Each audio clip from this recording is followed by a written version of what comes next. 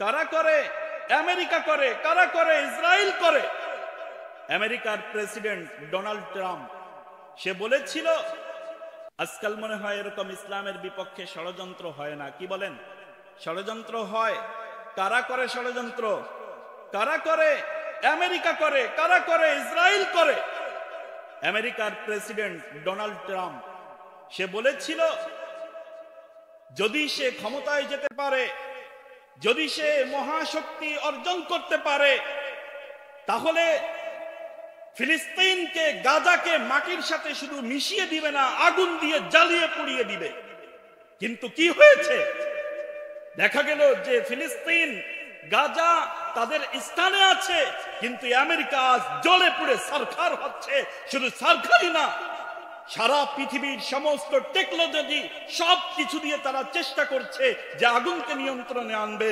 কোথায় আগুনকে নিয়ন্ত্রণে আনবে? আমেরিকাকে জ্বালিয়ে পুড়িয়ে ছারখার করে দিচ্ছে। ইসলামের শত্রুরা এখনো বসেনি। ইসলামের শত্রুরা তারা পদে পদে চেষ্টা করছে কিভাবে ইসলামকে মিটিয়ে দেওয়া যায়, কিন্তু তারা সক্ষম হয়নি।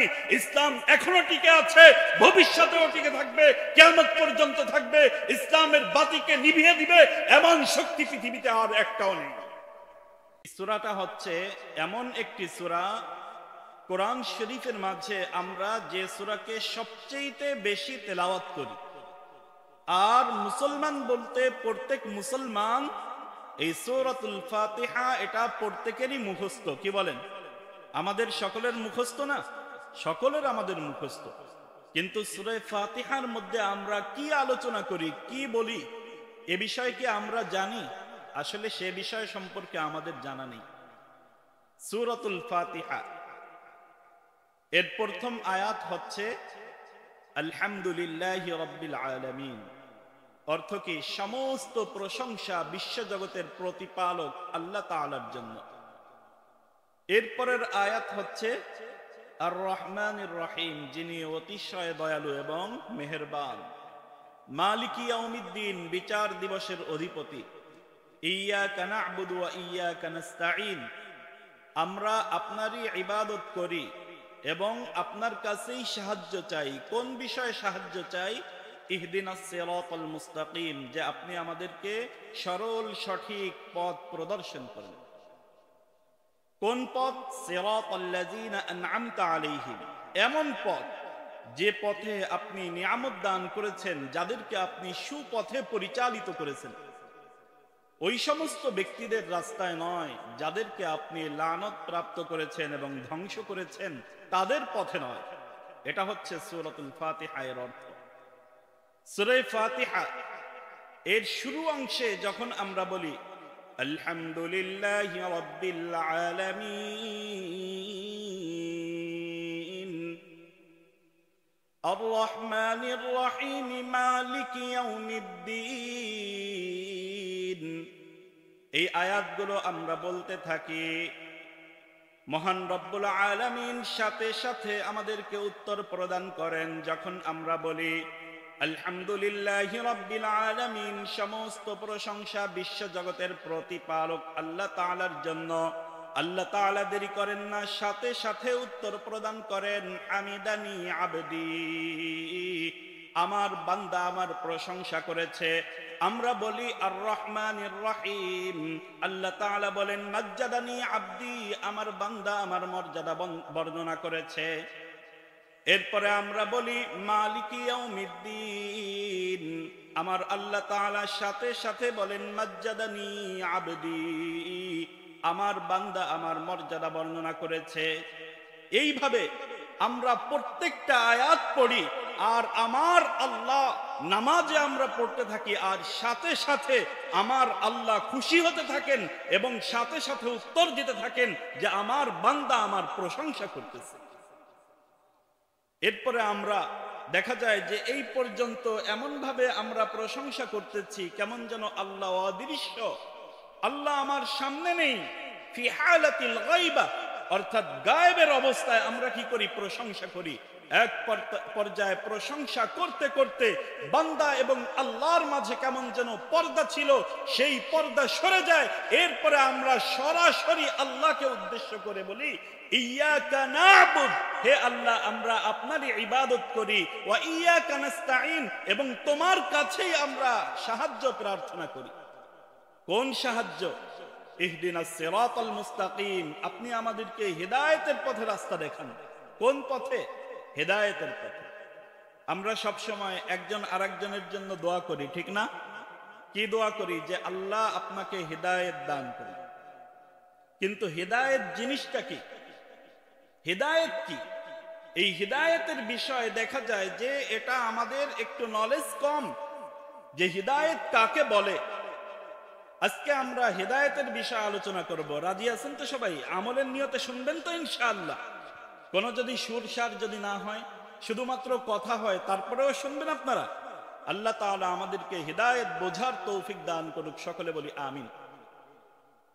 হিদায়াত এর শাব্দিক অর্থ হচ্ছে দালালাতুন ইলাল খায়র, প্রত্যেক ভালো কাজের দিকে রাস্তা দেখায় দেওয়া। তাহলে হিদায়াতের অর্থ হচ্ছে প্রত্যেক ভালো কাজের দিকে রাস্তা দেখায় দেওয়া। আর পরিভাষায় হিদায়াত কাকে বলে? পরিভাষায় হিদায়াতের দুইটা অর্থ, একটা হচ্ছে ইরাআতুত তারিক, রাস্তা দেখানো, আর আরেকটা হচ্ছে ইসাল ইলাল মাতলুব, গন্তব্য স্থানে পৌঁছে দেওয়া। একটা হচ্ছে রাস্তা দেখায় দেওয়া, আর আরেকটা হচ্ছে গন্তব্য স্থানে পৌঁছে দেওয়া। কয়টা অর্থ বলছি বলেন তো? দুইটা অর্থ। কয়টা অর্থ? দুইটা অর্থ। একটা হলো রাস্তা দেখায় দেওয়া, আর আরেকটা হচ্ছে গন্তব্য স্থানে পৌঁছে দেওয়া।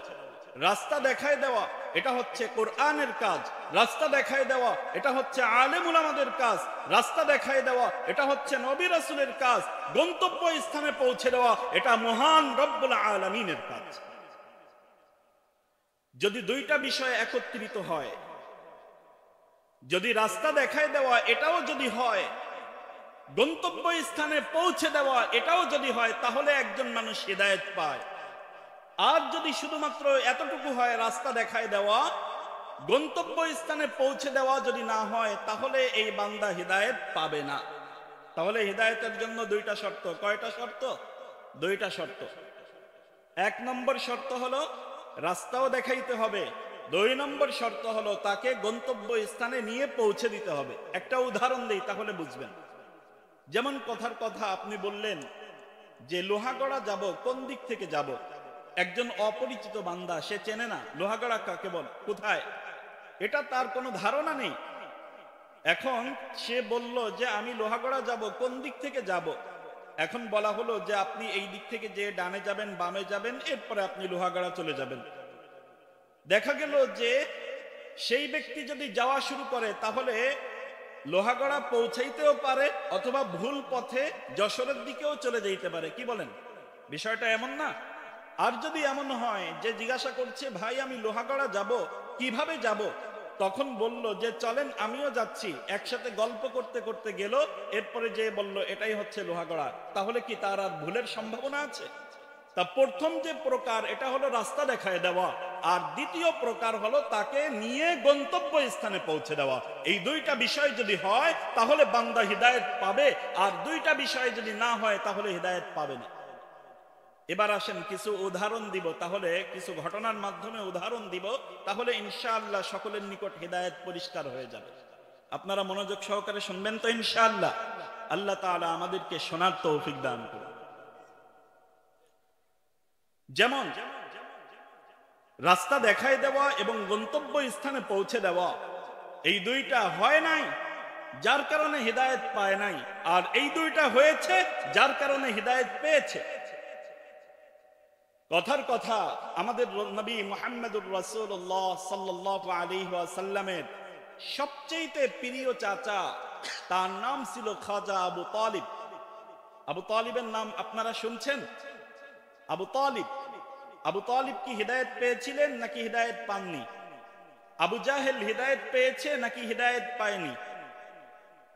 মদিনায় আর একজন কাফের ছিল, ইহুদি কাফের, কাব বিন আশরাফ, হিদায়াত পেয়েছে নাকি পায় নাই? ওমর রাদিয়াল্লাহু তাআলা আনহু হিদায়াত পেয়েছে নাকি পায় নাই? পেয়েছে? পেয়েছে। হযরত হামজা রাদিয়াল্লাহু তাআলা আনহুকে শহীদ যে করে দিয়েছিল ওয়াহশী, তিনি হিদায়াত পেয়েছিল নাকি পায়নি? পেয়েছিল। তাহলে দেখা যাচ্ছে যে কেউ হিদায়াত পাচ্ছে আর কেউ হিদায়াত পাচ্ছে না। রাসূল করিম সাল্লাল্লাহু আলাইহি ওয়াসাল্লাম মক্কায় অবস্থানের কালে সবচেয়ে বেশি যাকে দাওয়াত দিয়েছেন সে হচ্ছে আবু জাহেল। কে? আবু জাহেল। আল্লাহর রাসূল সাল্লাল্লাহু আলাইহি ওয়াসাল্লামের বাড়ি মাঝখানে আবু জাহেলের বাড়ি, এরপরে হচ্ছে কাবা ঘর। যাওয়ার সময় একবার দেখা হলে বুঝাইতেন, আসতে সময় আরেকবার বুঝাইতেন, এইভাবে বারবার তাকে বুঝিয়েছেন, কিন্তু কপাল পোড়া আবু জাহেল সে হিদায়াত পায় নাই। পাইছে? হিদায়াত পায় নাই। রাসূল করিম সাল্লাল্লাহু আলাইহি ওয়াসাল্লাম যখন মক্কা থেকে হিজরত করে মদিনায় গিয়েছেন, কাফেররা চেয়েছিল যে আল্লাহর রাসূল সাল্লাল্লাহু আলাইহি ওয়াসাল্লামকে শহীদ করে দিবে, কিন্তু দেখা গেছে যে আল্লাহ তাআলা অবগত করে দিয়েছেন তিনি চলে গেছেন মক্কা থেকে মদিনায়। আল্লাহর রাসূলের কিছুই তারা করতে পারেনি, এই কারণে ভিতরে ভিতরে জ্বলে পড়ে তারা সরখার হয়ে যাচ্ছিল। ওদিকে আল্লাহর রাসূল মদিনায় যে পৌঁছিয়েছে, মদিনায় যারা ইহুদি ছিল তারাও অত্যন্ত মর্মাহত এবং তারাও জ্বলে পড়ে সরখার হচ্ছে।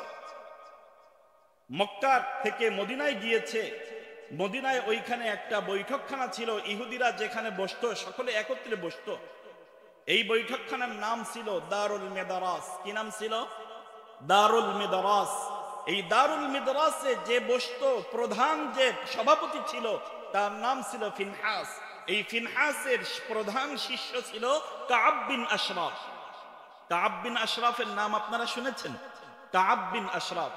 এই কাব বিন আশরাফকে মদিনার থেকে মক্কায় পাঠিয়েছে ইসলামের বিপক্ষে মক্কার মুশরিকদের সাথে ইহুদিরা যাতে ঐক্যবদ্ধ হয়ে এরপরে ষড়যন্ত্র করতে পারে, ইসলামকে দুনিয়ার থেকে মিটিয়ে দিতে পারে। এইটা হচ্ছে তাদের নীল নকশা, এটাই হচ্ছে তাদের সবকিছু। যদি ইসলামকে তারা মিটিয়ে দিতে পারে তাহলে তারা সাকসেস হয়ে যাবে, আর ইসলামকে যদি তারা মিটাইতে না পারে তাহলে তারা পদে পদে বিফল হবে। এই কারণে কাব বিন আশরাফকে তারা পাঠিয়েছে কোথায়? মক্কায় পাঠিয়েছে। আজকাল মনে হয় এরকম ইসলামের বিপক্ষে ষড়যন্ত্র হয় না। কি বলেন? ষড়যন্ত্র হয়। কারা করে ষড়যন্ত্র? কারা করে? আমেরিকা করে। কারা করে? ইসরায়েল করে। আমেরিকার প্রেসিডেন্ট ডোনাল্ড ট্রাম্প সে বলেছিল যদি সে ক্ষমতায় যেতে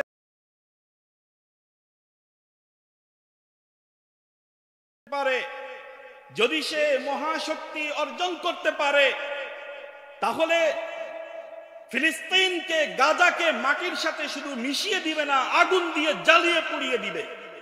কিন্তু কি হয়েছে?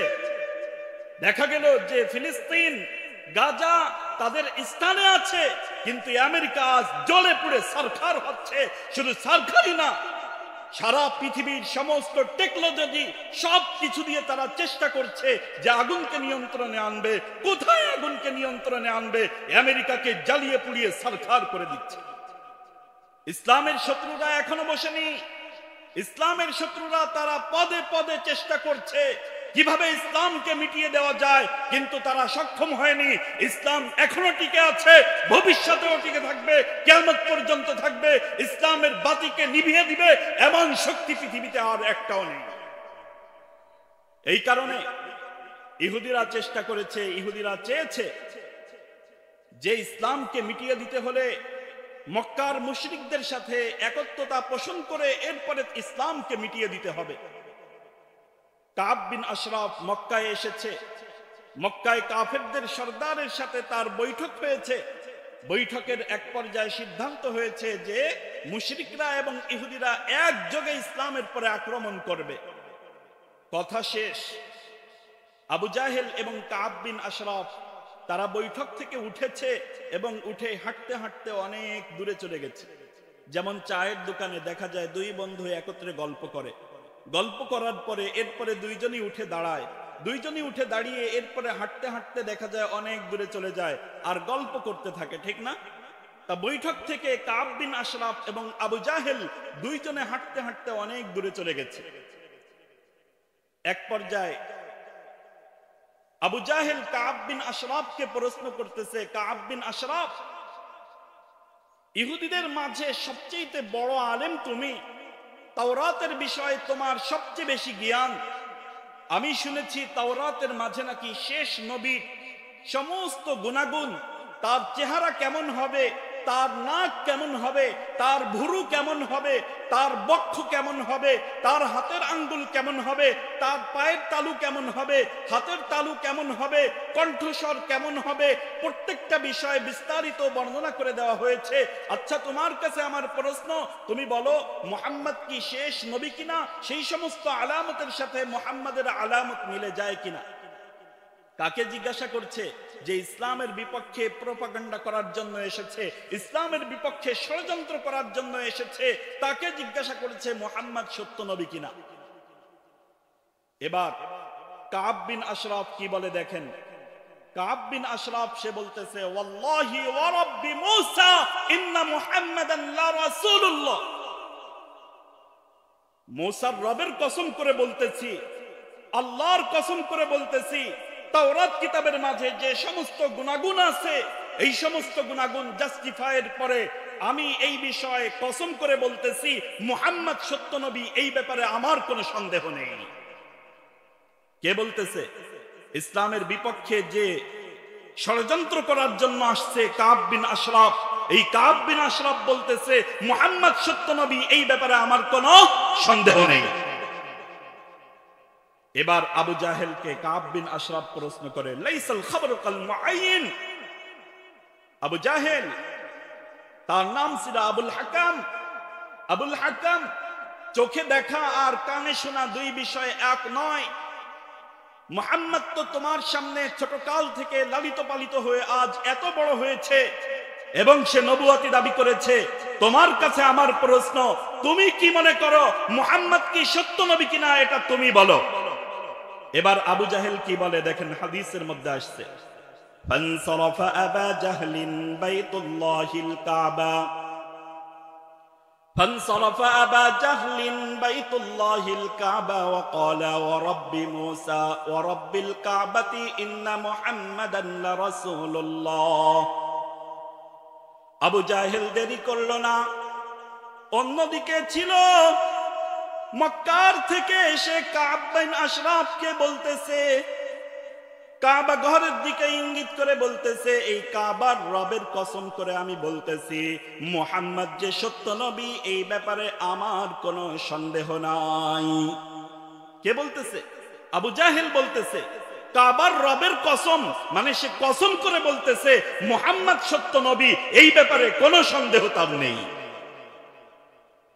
কিন্তু কসম করে বললেও, দুইজন কসম করে বলছে, আবু জাহেল কসম করে বলছে, কাব বিন আশরাফ কসম করে বলছে, কিন্তু কসম করে বলার পরেও আবু জাহেল কি হিদায়েত পেয়েছে নাকি কাফের অবস্থায় মারা গেছে? কাফের অবস্থায় মারা গেছে। কাব বিন আশরাফ সে ইহুদি অবস্থায় মদিনায় মারা গেছে, সেও ইসলাম ধর্ম গ্রহণ করেনি, কিন্তু কসম করে বলছে ইসলাম সত্য, মুহাম্মদ সত্য, কুরআন সত্য, আল্লাহ সত্য, প্রত্যেকটা জিনিস কসম করে বলল। আবু জাহেল কসম করে বলল, কাবার রবের কসম করে বলল, আল্লাহর কসম করে বলল, কিন্তু তারপরেও দুইজন কসম করে বলার পরেও হিদায়েত পায় নাই, হিদায়েত পায় নাই। আমরা কসম করি স্বাভাবিকভাবে কখন? একটা বিষয়ে আমি নিশ্চিত, কিন্তু যাকে আমি বলতেছি সে এ বিষয়ে বিশ্বাস করতেছে না, তখন আমরা কসম করে বলি যে হ্যাঁ বিষয়টা এমনই, এই বিষয়ের মাঝে কোনো সন্দেহ নেই। অর্থাৎ আবু জাহেলের অন্তরের মাঝে কোনো সন্দেহ নেই যে মুহাম্মদ সাল্লাল্লাহু আলাইহি ওয়াসাল্লাম সত্য নবী, কিন্তু হিদায়েত পায় নাই। কেন পেল না? কসম করার পরেও হিদায়েত কেন পেল না? প্রশ্নের উত্তর একবারে দেব। আপনাদের মনে প্রশ্ন আসতেছে তো ইনশাআল্লাহ, প্রশ্নের উত্তর একবারে দিব।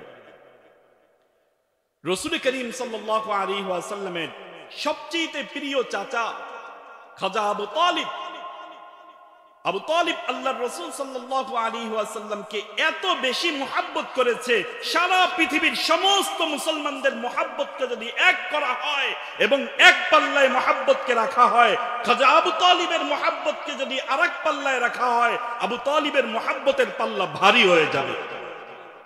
এত পরিমাণ মোহাব্বত করেছে, এত পরিমাণ মোহাব্বত করেছে।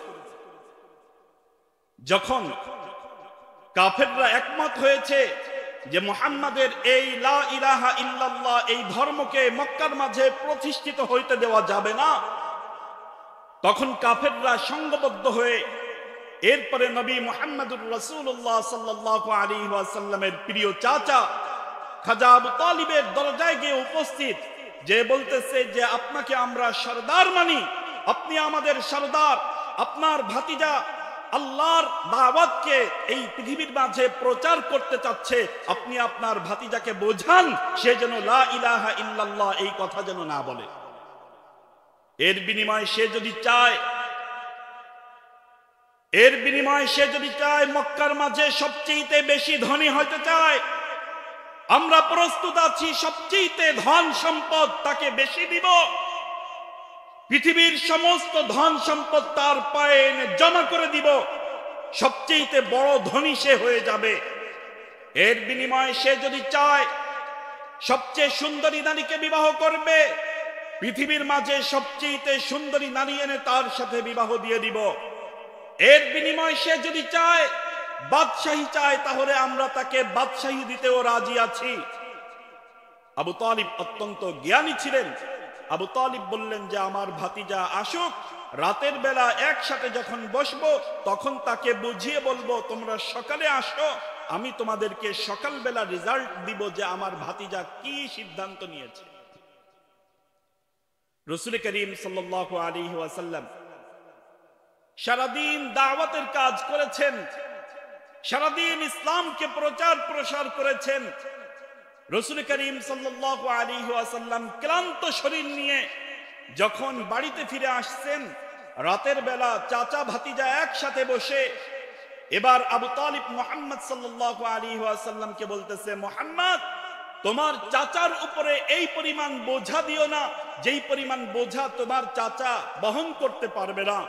মক্কার সর্দাররা এসেছিল, তারা এসে বলেছে তুমি যদি চাও তোমাকে সবচেয়ে ধনী বানিয়ে দিবে, তুমি যদি চাও তোমাকে বাদশাহী দিয়ে দিবে, তুমি যদি চাও সুন্দরী নারীকে তোমার সাথে বিবাহ দিয়ে দিবে, তুমি কি বলো, তোমার সিদ্ধান্ত কি সেটা আমাকে বলো। আপনারা কি আমার কথা বুঝতেছেন? মহানবী সাল্লাল্লাহু আলাইহি ওয়াসাল্লাম মক্কার কাফেরদের প্রস্তাব শুনলেন। প্রস্তাব শুনে এক পর্যায়ে তিনি বললেন, লাউ ওয়াযাতিশ শামসু আলা ইয়ামিনি ওয়াল কমারু আলা ইয়াসারি, যদি তারা আমার ডান হাতে সূর্য এনে দেয় এবং বাম হাতে চন্দ্র এনে দেয় আর এর বিনিময়ে চায় আমি লা ইলাহা ইল্লাল্লাহ এই কথা বলার থেকে এক সেকেন্ডের জন্য বিরত থাকি, এক সেকেন্ড বিরত থাকা আমার দ্বারা সম্ভব নয়। রাসূল করিম সাল্লাল্লাহু আলাইহি ওয়াসাল্লাম ব্যর্থহীন ভাষায় এই জবাব দিয়ে দিলেন। সকালবেলা কাফেররা এসে আবু তালিবের দরজায় এসে উপস্থিত, সরদার রেজাল্ট কি আপনার ভাতিজা কি জানিয়েছেন? আবু তালিব বলতেছেন যে শোনো, আমি কি বলি তোমরা খুব মনোযোগ সহকারে শোনো। আবু তালিব তাদেরকে সামনে নিয়ে একটা ছোট্ট একটা ভাষণ দিলেন। ভাষণের মাঝে এক লাইন অত্যন্ত চমৎকার ভাবে তিনি উল্লেখ করলেন, ওয়াল্লাহি লাকাদ আলিমতু আন্না দীন মুহাম্মাদিন সাল্লাল্লাহু আলাইহি ওয়াসাল্লাম মিন খায়রি আদিয়ানিল বালিয়াতি দীনা। তোমরা তো এসেছো, শোনো আমার ভাতিজা, সে যে আসমানের নিচে জমিনের উপরে যে লা ইলাহা ইল্লাল্লাহ এই যে ধর্ম প্রচার করতেছে, শুনে রাখো আসমানের নিচে জমিনের উপরে এর থেকে উত্তম ধর্ম কেউ এই পর্যন্ত নিয়ে আসেনি, এখনো আনবে না এবং ভবিষ্যতেও আনবে না। সবচেয়ে উত্তম ধর্ম হচ্ছে আমার ভাতিজার ধর্ম। কাফেররা ফিরে চলে গেল। আবু তালিব কি বলেছেন? কসম করে বলছেন, আল্লাহ মানে কসম খোদার, কসম করে বলেছেন যে ইসলাম সত্য ধর্ম, ভাতিজা সত্য ধর্ম প্রচার করে। শুধু সত্য ধর্ম না, আসমানের নিচে জমিনের উপরে সবচেয়ে উত্তম ধর্ম প্রচার করে। কিন্তু দেখা গেল আবু তালিব তিনি কি মৃত্যুর সময় ইসলামকে গ্রহণ করেছেন? হিদায়াত কি পেয়েছেন? কসম করে বলেছেন, কিন্তু তারপরেও হিদায়াত পাইলেন না। কসম করে বলার পরেও হিদায়াত পাইলেন না। মৃত্যুর সময় রাসূল করিম সাল্লাল্লাহু আলাইহি ওয়াসাল্লাম বুখারী শরীফের হাদিসের মধ্যে এসেছে, মুসলিম শরীফের মধ্যে এসেছে যে রাসূল করিম সাল্লাল্লাহু আলাইহি ওয়াসাল্লাম সারা জীবন চাচাকে ইসলামের পথে ডেকেছেন, সারা জীবন চাচাকে দ্বীনের কথা বুঝিয়েছেন, কিন্তু চাচা তো গ্রহণ করেনি। মৃত্যুর সময় তিনি আশা করেছেন শেষবারের মতো চাচাকে একটু বুঝিয়ে ইসলামের দাওয়াত দিয়ে ইসলামের পথে চাচাকে আনা যায় কিনা। এটা হচ্ছে রাসূল করিম সাল্লাল্লাহু আলাইহি ওয়াসাল্লামের ইচ্ছা। রাসূল করিম সাল্লাল্লাহু আলাইহি ওয়াসাল্লাম বড় ইচ্ছা নিয়ে চাচার কাছে যেয়ে দেখলেন যে চাচার মাথার কাছে একজন কাফের বসা, পায়ের কাছে আরেকজন কাফের বসা। মাথার কাছে বসে আছে আবু জাহেল, পায়ের কাছে বসে আছে উমাইয়া ইবনে খালদ। আল্লাহর রাসূল সাল্লাল্লাহু আলাইহি ওয়াসাল্লাম মনের মধ্যে বড় আশা নিয়ে চাচার মাথার কাছে যে উপস্থিত হলেন।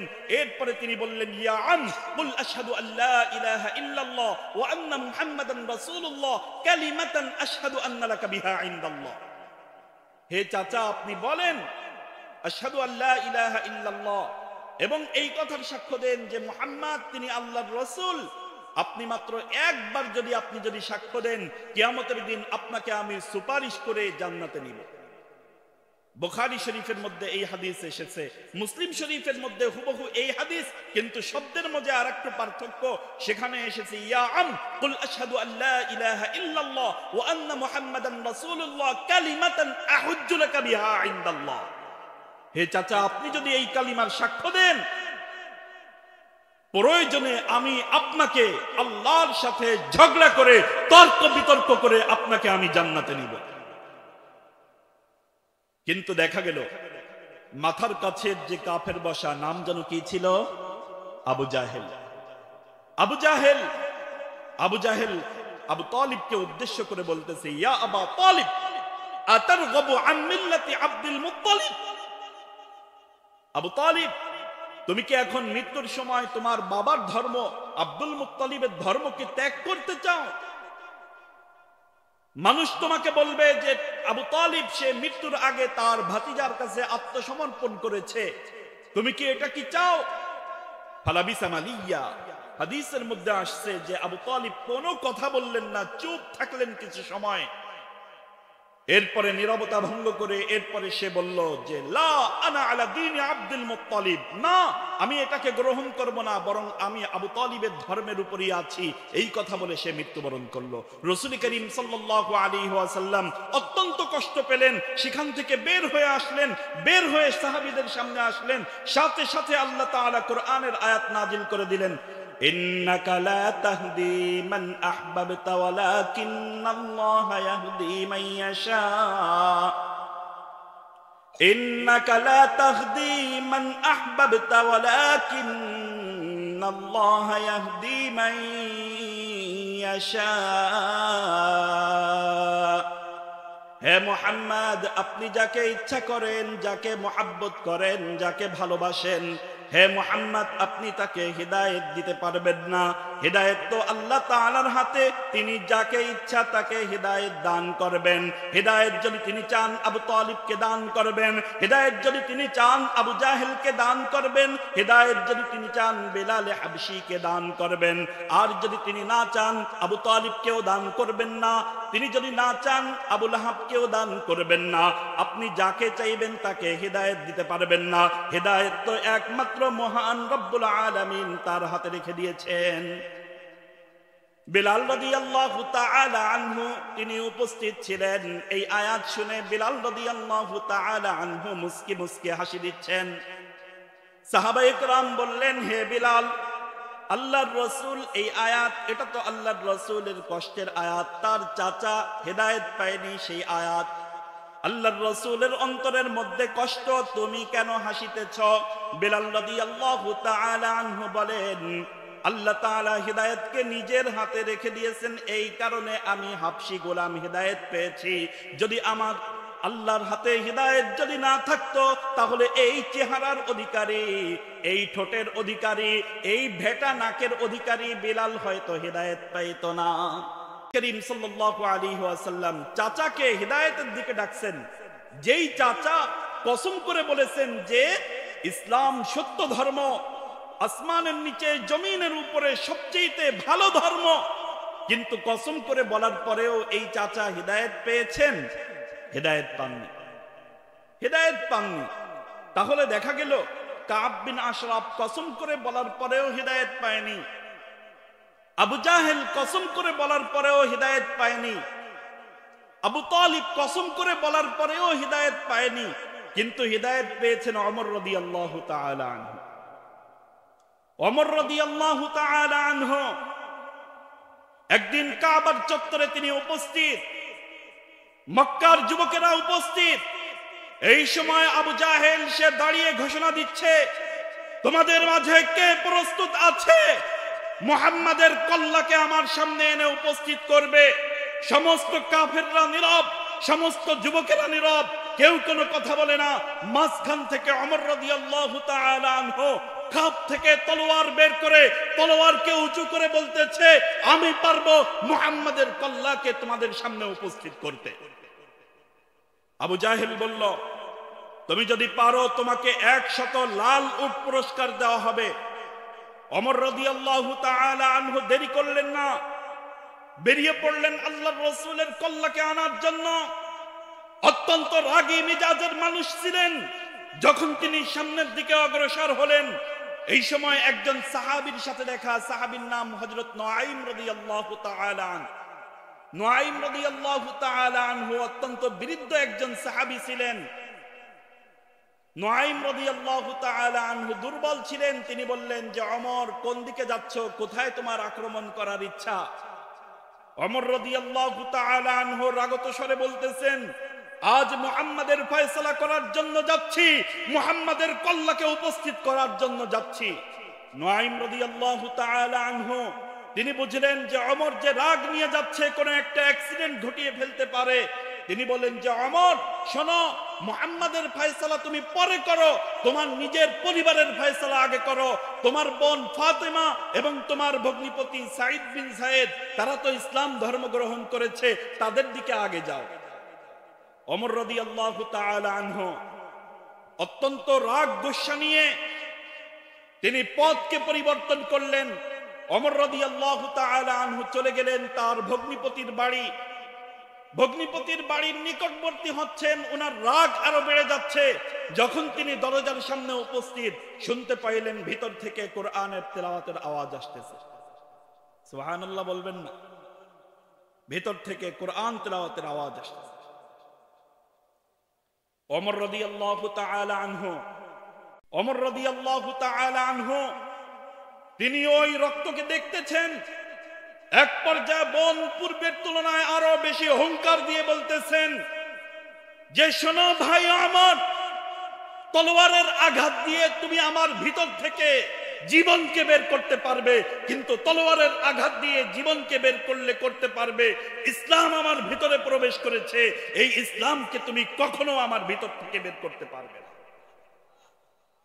ওমর রাদিয়াল্লাহু তাআলা আনহু অত্যন্ত বাহাদুর ব্যক্তি ছিলেন। যখন বোনের রক্ত দেখলেন, তখন তিনি দুর্বল হয়ে গেলেন। তিনি বোনের হুঙ্কার শুনে দুর্বল হয়ে গেলেন।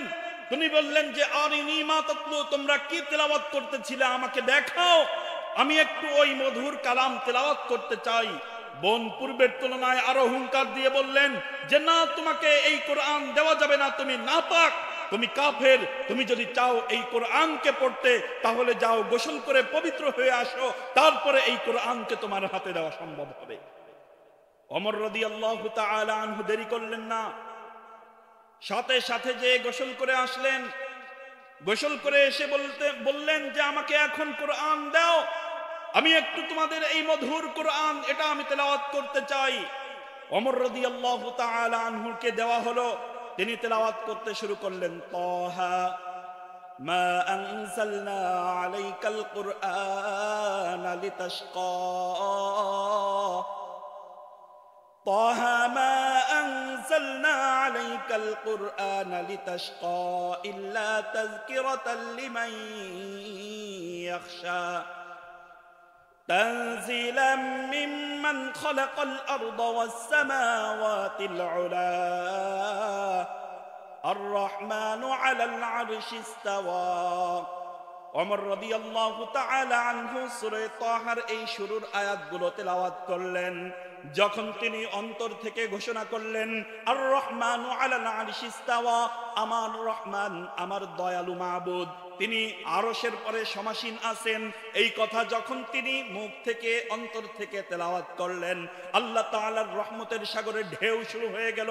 আল্লাহ তাআলা দেরি করলেন না, সাথে সাথে ওমর রাদিয়াল্লাহু তাআলা আনহুকে হিদায়াত দান করলেন। ওমর রাদিয়াল্লাহু তাআলা আনহু কোরআনের এই আয়াতগুলো তেলাওয়াত করে তিনি ইসলাম ধর্ম গ্রহণ করার জন্য প্রস্তুত হয়ে গেলেন। তিনি দেরি করলেন না, বোনকে উদ্দেশ্য করে বলতেছেন দুল্লানি ইলা মুহাম্মদ, মুহাম্মদ কোন দিকে আছে আমাকে বলো, আমি মুহাম্মাদের কাছে যেতে চাই, আমি ইসলামকে গ্রহণ করতে চাই। হযরত খাব্বাব রাদিয়াল্লাহু তাআলা আনহু যিনি এত সময় পালিয়েছিলেন, তিনি এবার বের হয়ে আসলেন। বের হয়ে এসে বলতেছেন যে ভাই আমার আবশিরি, তুমি সুসংবাদ গ্রহণ করো।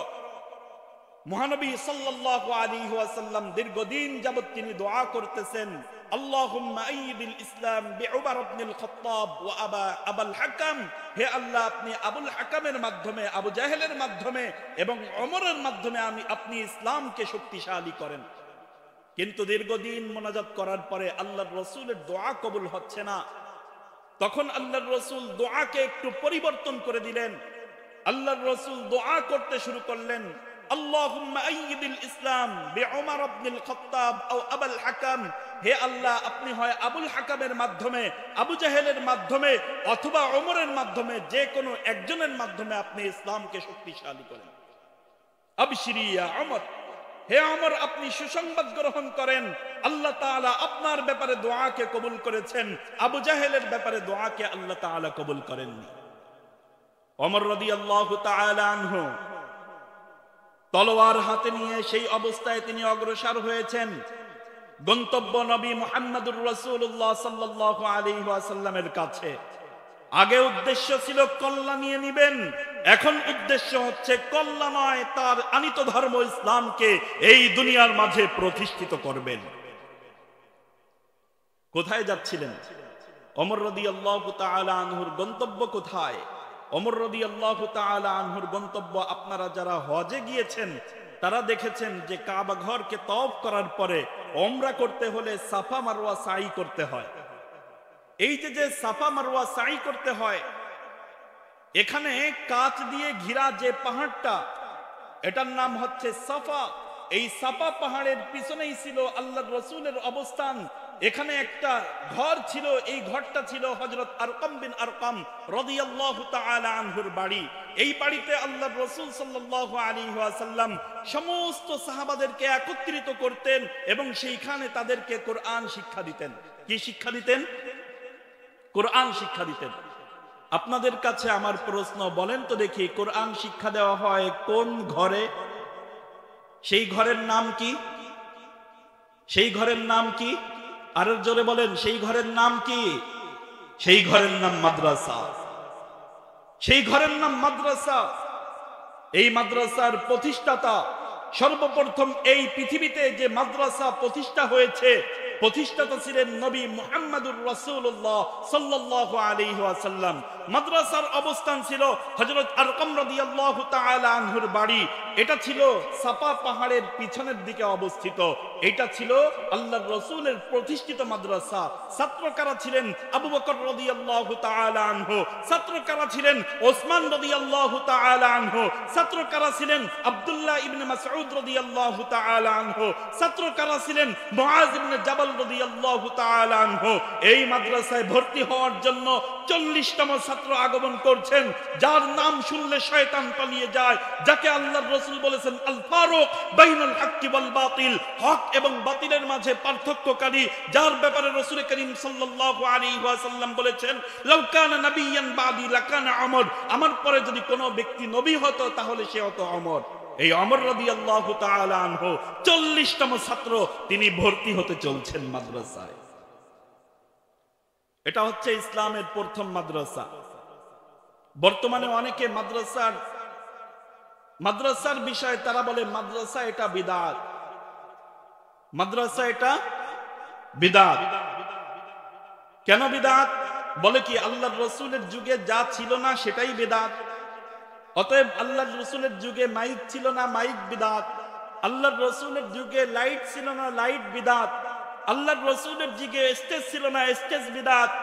আল্লাহর রসুলের যুগে যা কিছু ছিল না সব কিছু বিদআত। এই সাথে মাদ্রাসা ছিল না, মাদ্রাসাও বিদআত। কি বলেন? কিন্তু এই মৌলবী সাহেবরা তারা মাদ্রাসা এটা যে ইসলামের সর্বপ্রথম, বরং ওমর রাদিয়াল্লাহু তাআলা আনহুর ইসলাম গ্রহণের আগে প্রতিষ্ঠিত হয়ে গেছে, এই ইতিহাস তারা জানেও না, জানার চেষ্টাও করে না। আপনারা জানছেন তো ইসলামের সর্বপ্রথম মাদ্রাসার প্রতিষ্ঠাতা কে?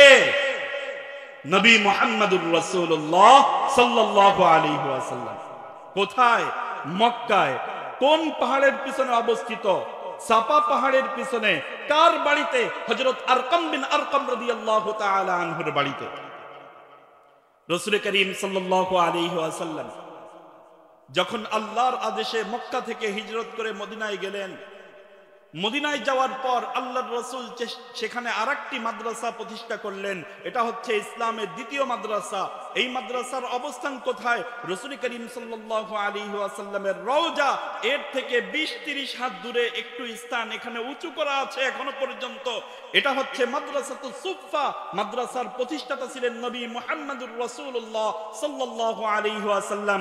ছাত্র ছিলেন আবু বকর রাদিয়াল্লাহু তাআলা আনহু, ছাত্র ছিলেন ওমর রাদিয়াল্লাহু তাআলা আনহু, ছাত্র ছিলেন উসমান রাদিয়াল্লাহু তাআলা আনহু, ছাত্র ছিলেন আলী রাদিয়াল্লাহু তাআলা আনহু, ছাত্র ছিলেন বিলাল হাবশী রাদিয়াল্লাহু তাআলা আনহু, ছাত্র ছিলেন আবু হুরায়রা রাদিয়াল্লাহু তাআলা আনহু। তারা ছিলেন 450 মতো সাহাবায়ে কেরাম, সব সময় এখানে অবস্থান করতেন। এটা হচ্ছে ইসলামের দ্বিতীয় মাদ্রাসা। মাদ্রাসার নাম কি? মাদ্রাসাতুস সুফফা। এটা হচ্ছে ইসলামের দ্বিতীয় মাদ্রাসা। আল্লাহর রাসূল সাল্লাল্লাহু আলাইহি ওয়াসাল্লাম ইন্তেকাল করলেন। আল্লাহর রাসূলের ইন্তেকালের পরে এই মাদ্রাসার দায়িত্বভার গ্রহণ করলেন আবু বকর রাদিয়াল্লাহু তাআলা আনহু। আবু বকর রাদিয়াল্লাহু তাআলা আনহু ইন্তেকাল করলেন। এই মাদ্রাসার দায়িত্বভার গ্রহণ করলেন হযরত ওমর রাদিয়াল্লাহু তাআলা আনহু। হযরত ওমর রাদিয়াল্লাহু তাআলা আনহুর খিলাফতের যুগে হযরত ওমর রাদিয়াল্লাহু তাআলা আনহুর আদেশে আব্দুল্লাহ ইবনে মাসউদ রাদিয়াল্লাহু তাআলা আনহু তিনি ইরাকের কুফা নগরীতে সেখানে চলে যান। সেখানে যে ইসলামের আরেকটা মাদ্রাসা, তৃতীয় মাদ্রাসা, সেখানে তিনি প্রতিষ্ঠা করলেন। প্রতিষ্ঠাতা কে ছিলেন? হযরত আব্দুল্লাহ ইবনে মাসউদ রাদিয়াল্লাহু তাআলা আনহু। হযরত আব্দুল্লাহ ইবনে মাসউদ রাদিয়াল্লাহু তাআলা আনহুর ইন্তেকালের পরে এই মাদ্রাসার দায়িত্বভার গ্রহণ করলেন তার সবচেয়ে যোগ্য ছাত্র আলকামা রাদিয়াল্লাহু তাআলা আনহু। আলকামার ইন্তেকালের পরে এই মাদ্রাসার দায়িত্বভার গ্রহণ করলেন ইব্রাহিম নাখাই। ইব্রাহিম নাখাইর ইন্তেকালের পরে এই মাদ্রাসার দায়িত্বভার গ্রহণ করলেন হাম্মাদ বিন সুলাইমান। হাম্মাদ বিন সুলাইমানের ইন্তেকালের পরে এই মাদ্রাসার দায়িত্বভার গ্রহণ করলেন ইমামে আযম নু'মান ইবনে সাবিত আবু হানিফা রাহমাতুল্লাহি আলাইহি। আবু হানিফার ইন্তেকালের পরে এই মাদ্রাসার দায়িত্বভার গ্রহণ করলেন আবু ইউসুফ রাহমাতুল্লাহি আলাইহি। আবু ইউসুফের ইন্তেকালের পরে এই মাদ্রাসার দায়িত্বভার গ্রহণ করলেন ইমাম মুহাম্মদ রাহমাতুল্লাহি আলাইহি। ইমাম আবু হানিফার ছাত্র ছিলেন আলী ইবনে মাদিনী। আলী ইবনে মাদিনীর ছাত্র ছিলেন ইমাম বুখারী রাহমাতুল্লাহি আলাইহি। বুখারী শরীফের নাম শুনছেন না? বুখারী শরীফের লেখক ইমাম বুখারী আবু আব্দুল্লাহ মুহাম্মদ ইবনে ইসমাইল আল বুখারী, বুখারার অধিবাসী। তিনি এই মাদ্রাসার ছাত্র আলী ইবনে মাদিনীর থেকে তিনি শিক্ষা গ্রহণ করে এরপরে তিনি চলে গিয়েছেন মদিনায়। আল্লাহর রাসূলের রওজার পাশে বসে বসে 14 বছর পর্যন্ত তিনি একটা হাদিস লিখেছেন। একটা হাদিস লেখার জন্য তিনি ইস্তেখারা করতেন, একটা হাদিস লেখার জন্য তিনি গোসল করতেন, একটা হাদিস লেখার জন্য তিনি 2 রাকাত নফল নামাজ পড়তেন। এরপরে পবিত্র হয়ে আল্লাহর রাসূলের রওজার দিকে মনোযোগী হতেন, ধ্যান করতেন। যখন আল্লাহর রাসূল বলতেন যে হ্যাঁ এই হাদিসটা লিখে ফেলো, তখন তিনি একটা হাদিস লিখতেন। আরেকটা হাদিসকে যখন লিখতে চাইতেন তখন আবার তিনি গোসল করতেন, আবার তিনি ইস্তেখারা করতেন, আবার তিনি নফল নামাজ পড়তেন। এরপরে তিনি রওজার দিকে ধ্যান করতেন। এরপরে আল্লাহর রাসূল যখন বলতো হ্যাঁ এটা আমার হাদিস, তুমি লিখে ফেলো, তখন তিনি আরেকটা হাদিস লিখতেন।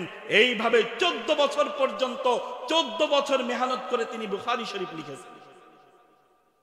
এই বুখারী শরীফের মাঝে আল্লাহ তাআলা এত পরিমাণ বরকত দান করছেন, এত পরিমাণ বরকত দান করছেন যে বুখারী শরীফ যে স্থানে স্থানে পৌঁছিয়েছে, পাথরকুচির পাতা, এই পাতা যেমন এক জায়গায় যদি পড়ে যায় সেখানে চতুর্দিকে গাছ হতে থাকে। বুখারী শরীফ যে স্থানে পৌঁছিয়েছে আল্লাহ তাআলা ওই স্থানে এক একটা মাদ্রাসা দান করছেন। মাদ্রাসার ইতিহাস বুঝতেছেন?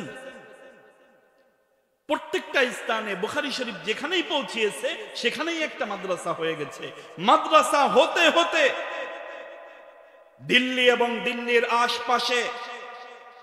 আশপাশের শহরগুলিতে হিসাব অনুযায়ী ৮০,০০০-এর উপরে মাদ্রাসা ছিল। ৮০,০০০ মাদ্রাসা ছিল।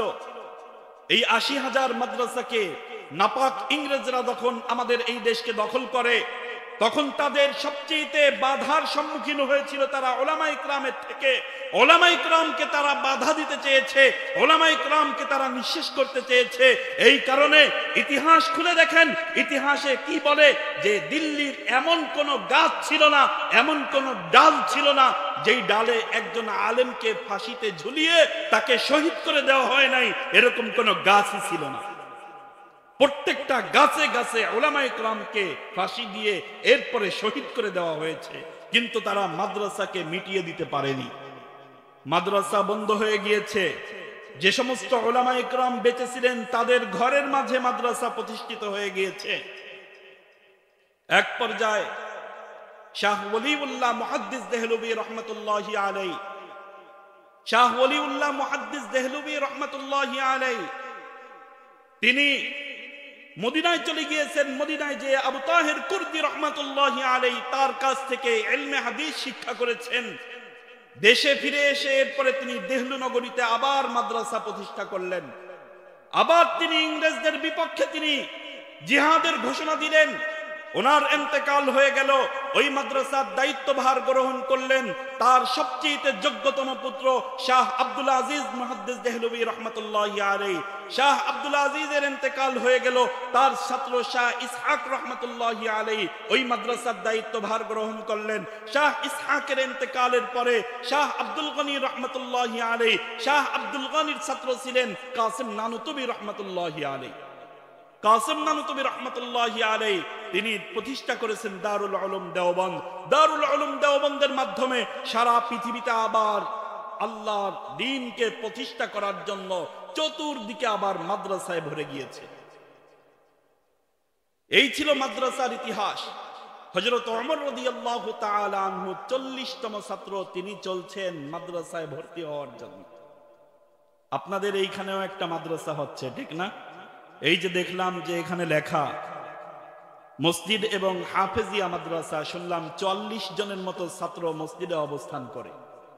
আপনারা চান কিনা যে এখানে একটা সুন্দর একটা মাদ্রাসা প্রতিষ্ঠা হোক? আপনারা কি সকলে চান? ইনশাআল্লাহ আল্লাহ তাআলা এই মাদ্রাসাকে কবুল করুন এবং এই মাদ্রাসাকে আল্লাহ তাআলা দিন দিন চমকিয়ে দেন এবং সারা পৃথিবীর মধ্যে একটা উল্লেখযোগ্য মাদ্রাসা এখানে আল্লাহ তাআলা কবুল করেন। সকলে বলেন আমিন। ওমর রাদিয়াল্লাহু তাআলা আনহুর ঘটনা বলতেছিলাম। ওমর রাদিয়াল্লাহু তাআলা আনহু তিনি চলছেন, রাসূল করিম সাল্লাল্লাহু আলাইহি ওয়াসাল্লাম অবস্থান করেছিলেন দারুল আরকামে। ওমর রাদিয়াল্লাহু তাআলা আনহু যখন সেখানে পৌঁছাইলেন, তলোয়ার দিয়ে দরজায় আঘাত করলেন, দরজা খুলতে বললেন। ভিতরে যে সমস্ত সাহাবায়ে কেরাম ছিলেন সকলে ভীত সন্ত্রস্ত হয়ে গেল। ওমর চলে এসেছে, আর হয়তো রক্ষা নেই। ওমর চলে এসেছে, আর তো রক্ষা নেই।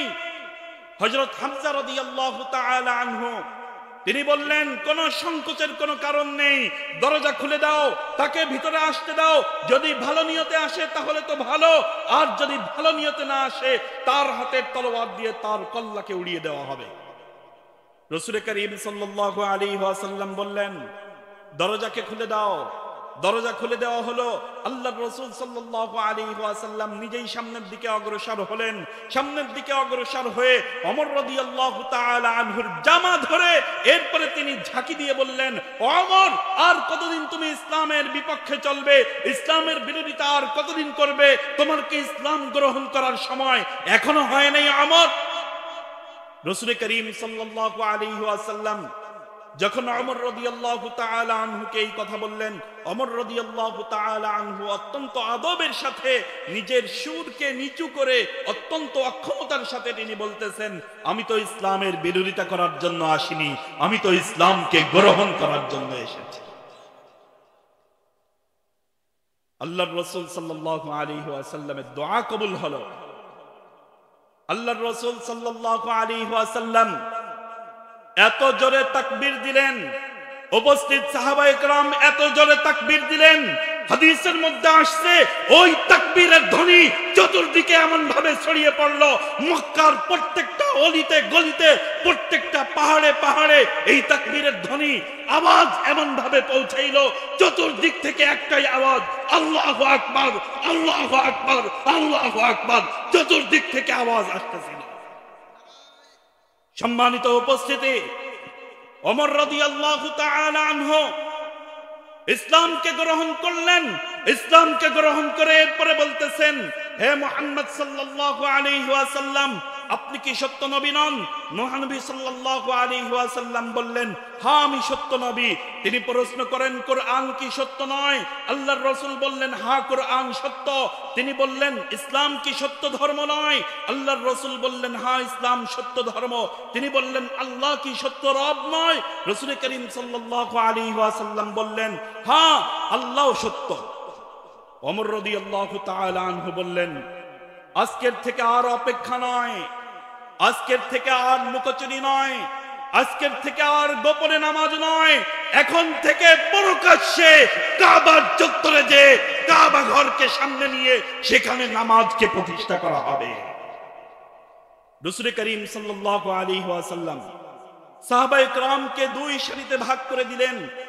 এক সারির নেতৃত্ব দিচ্ছেন ওমর রাদিয়াল্লাহু তাআলা আনহু, আর এক সারির নেতৃত্ব দিচ্ছেন সাইয়্যিদুশ শুহাদা হযরত হামজা রাদিয়াল্লাহু তাআলা আনহু। দলে দলে মুসলমানেরা চতুর্দিকে বিক্ষিপ্ত হয়েছিল, তারা সকলেই চলে আসলো, লাইনে দাঁড়িয়ে গেল, কাবার চত্বরে যাওয়া হলো। কাবার চত্বরে যে প্রকাশ্যে আযান দিয়ে সেখানে নামাজ শুরু হয়ে গেল। দেখা গেল যে ওমরকে পাঠানো হয়েছিল মুহাম্মদ সাল্লাল্লাহু আলাইহি ওয়াসাল্লামের কল্লাকে আনার জন্য, সেই মুহাম্মদ সাল্লাল্লাহু আলাইহি ওয়াসাল্লামের কল্লা তো আনেনি, বরং কল্লার সে হেফাজতকারী হয়ে গেল। আপনাদের কাছে আমার প্রশ্ন, ওমর রাদিয়াল্লাহু তাআলা আনহু যিনি মুহাম্মদ সাল্লাল্লাহু আলাইহি ওয়াসাল্লামকে কল্লা আনার জন্য উপস্থিত হয়েছে, কিন্তু দেখা গেল যে ইসলামকে সে গ্রহণ করেছে, হিদায়াত পেয়েছে, পায় কি পায়নি? পায় কি পায় নাই? হিদায়াত পেয়ে গিয়েছে। যাই হোক, আপনাদের কাছে এখন আমার প্রশ্ন,